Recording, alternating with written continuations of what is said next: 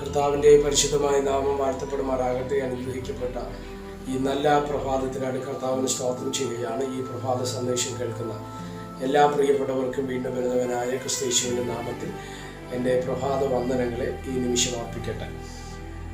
യോഹന്നാൻ എഴുതിയ സുവിശേഷം 19-ാം അധ്യായം അതിൻ്റെ 30-ാമത് വാക്യം. യേശു പുളിച്ച വീഞ്ഞ് കുടിച്ച ശേഷം നിവർത്തിയായി എന്ന് പറഞ്ഞ് തല ചായ്ച്ച് ആത്മാവിനെ ഏൽപ്പിച്ചു കൊടുത്തു.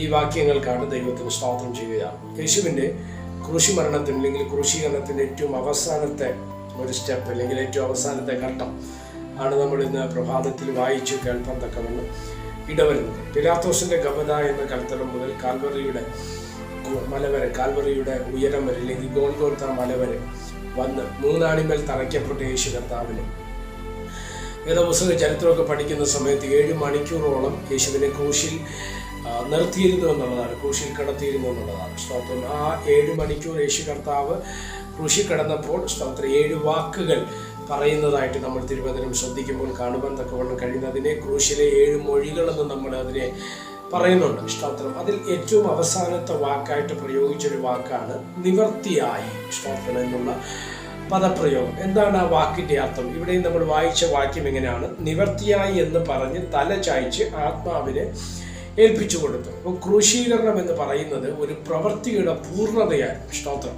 നമുക്കറിയാം, സ്തോത്രം, തിരുവചനം നമ്മൾ ശ്രദ്ധിക്കുമ്പോൾ പുതിയ നിയമത്തിലൊക്കെ നമ്മൾ കടന്നു വരുന്ന സമയത്ത് ന്യായപ്രമാണത്തിന് കഴിയാഞ്ഞതിനെ സാധിപ്പിക്കുവാൻ വേണ്ടിയാണ് യേശു ലോകത്തിലേക്ക് ഇറങ്ങി വരുവാൻ തക്കവണ്ണം ഇടവന്നത്. അങ്ങനെയെങ്കിൽ ശ്രദ്ധിക്കണം, എന്തുകൊണ്ട് ന്യായപ്രമാണത്തിന് കഴിയാഞ്ഞതെന്ന് പറഞ്ഞത്?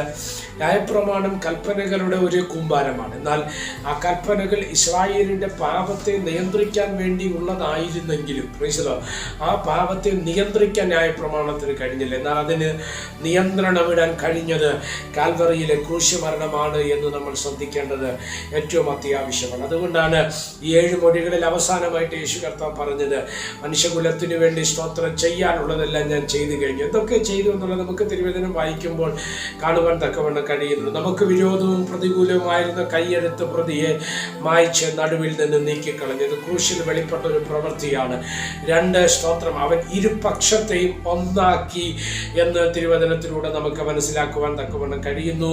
അതും ക്രൂശിൽ നടന്ന പ്രവൃത്തിയാണ്. പിന്നെയും നമ്മൾ സ്തോത്രം വിവിധങ്ങളായ പ്രവൃത്തികളുണ്ട്. അതിൽ മൂന്നാമത് നമ്മൾ ചിന്തിക്കുമ്പോൾ അതിലൊരു പ്രവൃത്തി എന്ന് പറയുന്നത് വാഴ്ചകളെയും ആയുധങ്ങളെയും അധികാരം ഏൽപ്പിച്ച്, അല്ലെങ്കിൽ അവൻ്റെ പ്രവൃത്തികളെ, അവൻ്റെ പദ്ധതികളെ മുഴുവൻ ക്രൂശിന്മേൽ ആയുധവർഗം ഏൽപ്പിച്ച് സ്തോത്രം അവരുടെ മേൽ ജയോത്സവം കൊണ്ടാടി പിശാചിനെ അവൻ്റെ കൂട്ടാളികളെയും പരസ്യ കാഴ്ചയാക്കി മാറ്റിയത് വേറൊരു പ്രവൃത്തി. ഇങ്ങനെ തുടർമാനമായി ചില പ്രവൃത്തികൾ ചെയ്തുകൊണ്ടാണ് കർത്താവ് യേശു ക്രിസ്തു കാൽവറിയുടെ ക്രൂശ് മരണം യാഥാർത്ഥ്യമാക്കിയത്, പൂർണ്ണമാക്കുവാൻ തക്കവണ്ണം ഇടവന്നത്. അങ്ങനെയെങ്കിൽ നിങ്ങൾ ശ്രദ്ധിക്കണേ ദൈവമക്കളെ, അതാണ് കർത്താവ് അവസാനം പറഞ്ഞത്, നിവർത്തിയായി. സ്തോത്രം. ഹല്ലേലൂയ. മനുഷ്യകുലത്തിന് വേണ്ടി എന്താണോ ഞാൻ ചെയ്യാൻ ആഗ്രഹിച്ചത്, എന്താണോ പിതാവിൻ്റെ മേൽ ദൗത്യമായി ഏൽപ്പിച്ചത്, അതെല്ലാം ചെയ്ത് പൂർത്തീകരിക്കുന്ന ഒരു സമയമായിരുന്നു ക്രൂശീകരണത്തിൻ്റെ അവസാന ഘട്ടം. അതുകൊണ്ട് അവിടെ അങ്ങനെ പറഞ്ഞത് നിവർത്തിയായി എന്ന് പറഞ്ഞ്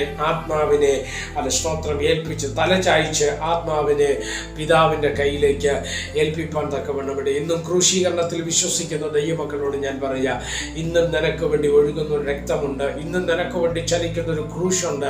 കാരണം മനുഷ്യകുലത്തിൻ്റെ മുഴുവൻ പാപത്തിൻ്റെ പരിഹാരത്തിന് വേണ്ടി യേശു കർത്താവ് സ്തോത്രമല്ലേ കാൽവറിയുടെ കുലമരത്തിൽ നമുക്ക് വേണ്ടി യാഗമായി തീർന്നു. വേറൊരാളും ചെയ്യാത്തൊരു പ്രവൃത്തി, അല്ലെങ്കിൽ വേറൊരു ചരിത്ര പുരുഷന്മാരും ചെയ്യാത്തൊരു പ്രവൃത്തിയാണ് യേശു കർത്താവ് നമുക്ക് വേണ്ടി ചെയ്യുവാൻ തക്കവണ്ണം ഇടവന്നത്. അങ്ങനെയെങ്കിൽ ആ യേശുവിൽ വിശ്വസിക്കുക, ആ ക്രൂശുമരണത്തിൽ നമ്മൾ ശ്രദ്ധിച്ചാൽ നിശ്ചയമായും ദൈവത്തിൻ്റെ അനുഗ്രഹം നമ്മുടെ മേൽ വെളിപ്പെടും. ശ്രദ്ധിക്കേണ്ടത് ഒരു വാക്യം കൂടെ പറഞ്ഞ് ഞാൻ പ്രാർത്ഥിക്കാൻ പോവുകയാണ്. ബൈബിൾ ഇങ്ങനെ പറയുന്നു, ക്രൂശിൻ്റെ വചനമോ നശിച്ചു പോകുന്നവർക്ക് ഭോഷത്വവും രക്ഷിക്കപ്പെടുന്ന നമുക്കോ അത് ദൈവശക്തിയായി പരിണമിക്കുന്നു. അപ്പോൾ വിശ്വസിക്കുന്നവർക്ക് ദൈവശക്തിയാണ്, ഭോഷത്വം എന്ന് ചിന്തിക്കുന്നത് നശിക്കാൻ വേണ്ടിയാണ്. അങ്ങനെ തിരുവചനം പറഞ്ഞു, ക്രൂശിൻ്റെ വചനം നശിച്ചു പോകുന്നവർക്ക് ഭോഷത്വം, രക്ഷിക്കപ്പെടുന്ന നമുക്കോ അത് ദൈവശക്തിയായി പരിണമിക്കുന്നു. ദൈവശക്തിയായി നമുക്ക് മാറണമെങ്കിൽ നമ്മൾ ക്രൂശിൻ്റെ വചനത്തിൽ വിശ്വസിപ്പാൻ തക്കവണ്ണം ഇടവരണം. അതിനുവേണ്ടി കർത്താവ് നമ്മളെ സഹായിക്കട്ടെ.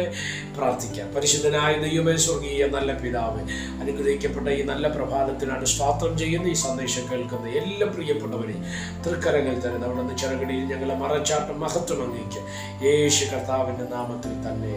ആമേൻ. എല്ലാവരെയും ദൈവം അനുഗ്രഹിക്കട്ടെ. God bless you.